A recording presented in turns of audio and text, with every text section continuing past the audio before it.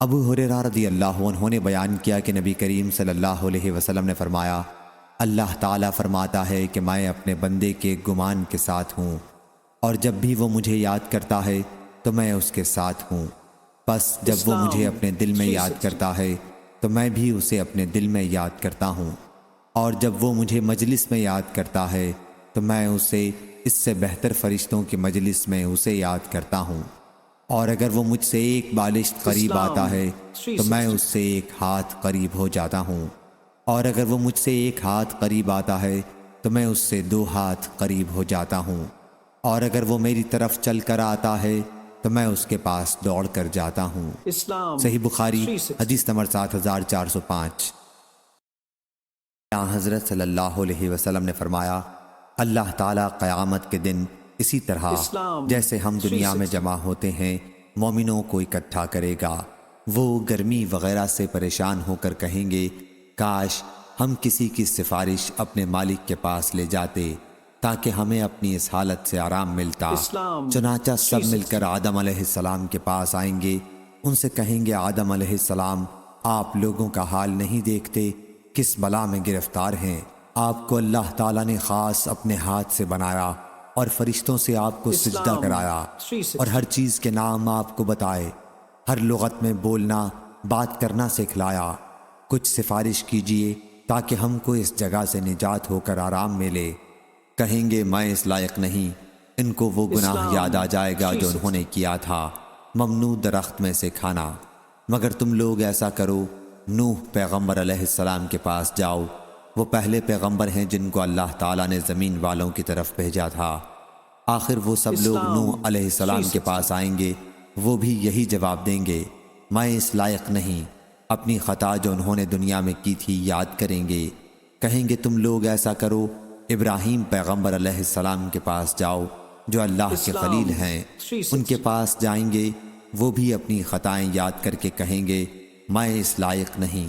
تم موسیٰ پیغمبر علیہ السلام کے پاس جاؤ، اللہ نے ان کو تورات عنایت فرمائی، ان سے بول کر باتیں کی۔ یہ لوگ موسیٰ علیہ السلام کے پاس آئیں گے، وہ بھی یہی کہیں گے، میں اس لائق نہیں۔ اپنی خطا جو انہوں نے دنیا میں کی تھی یاد کریں گے۔ مگر تم ایسا کرو، عیسیٰ پیغمبر علیہ السلام کے پاس جاؤ، وہ اللہ کے بندے، اس کے رسول، اس کے خاص کلمہ اور روح ہیں۔ یہ لوگ عیسیٰ علیہ السلام کے پاس آئیں گے، وہ کہیں گے، میں اس لائق نہیں۔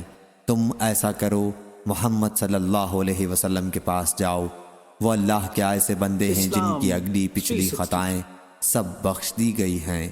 آخر یہ سب لوگ جمع ہو کر میرے پاس آئیں گے، میں چلوں گا اور اپنے پروردگار کی بارگاہ میں حاضر ہونے کی اجازت مانگوں گا۔ مجھ کو اجازت ملے گی، میں اپنے پروردگار کو دیکھتے ہی سجدے میں گر پڑوں گا، اور جب تک اس کو منظور ہے وہ مجھ کو سجدے ہی میں پڑا رہنے دے گا۔ اس کے بعد حکم ہوگا، محمد صلی اللہ علیہ وسلم اپنا سر اٹھاؤ اور عرض کرو، تمہاری عرض سنی جائے گی، تمہاری درخواست منظور ہوگی، تمہاری سفارش مقبول ہوگی۔ اس وقت میں اپنے مالک کی ایسی ایسی تعریفیں کروں گا جو وہ مجھ کو سکھا چکا ہے یا سکھلائے گا۔ پھر لوگوں کی سفارش شروع کر دوں گا۔ سفارش کی ایک حد مقرر کر دی جائے گی، میں ان کو بہشت میں لے جاؤں گا، پھر لوٹ کر اپنے پروردگار کے پاس حاضر ہوں گا اور اس کو دیکھتے ہی سجدے میں گر پڑوں گا، جب تک پروردگار چاہے گا مجھ کو سجدے میں پڑا رہنے دے گا۔ اس کے بعد ارشاد ہوگا، محمد صلی اللہ علیہ وسلم اپنا سر اٹھاؤ، جو تم کہو گے سنا جائے گا، اور سفارش کرو گے تو قبول ہوگی۔ پھر میں اپنے پروردگار کی ایسی تعریفیں کروں گا جو اللہ نے مجھ کو سکھلائیں یا سکھلائے گا۔ اس کے بعد سفارش کر دوں گا، لیکن سفارش کی ایک حد مقرر کر دی جائے گی، میں ان کو بہشت میں لے جاؤں گا، پھر لوٹ کر اپنے پروردگار کے پاس حاضر ہوں گا، اس کو دیکھ کے پاس حاضر ہوں گا، عرض کروں گا، یا پاک پروردگار، اب تو دوزخ میں ایسے ہی لوگ رہ گئے ہیں جو قرآن کے بموجب دوزخ ہی میں ہمیشہ رہنے کے لائق ہے، یعنی کافر اور مشرک۔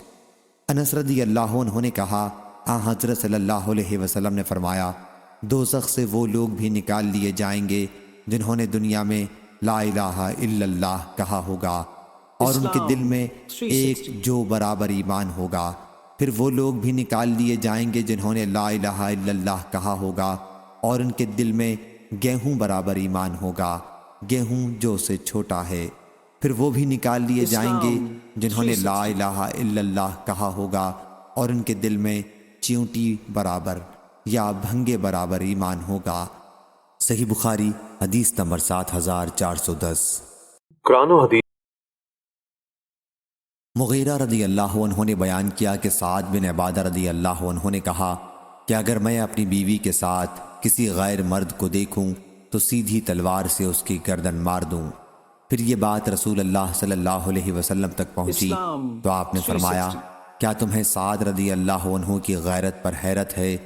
بلا شبہ میں ان سے زیادہ غیرت مند ہوں اور اللہ تعالیٰ مجھ سے زیادہ غیرت مند ہے، اور اللہ نے غیرت ہی کی وجہ سے فواحش کو حرام کیا ہے، چاہے وہ ظاہر میں ہوں یا چھپ کر، اور معذرت اللہ سے زیادہ کسی کو پسند نہیں، اسی لیے اس نے بشارت دینے والے اور ڈرانے والے بھیجے، اور تعریف اللہ سے زیادہ کسی کو پسند نہیں، اسی وجہ سے اس نے جنت کا وعدہ کیا ہے۔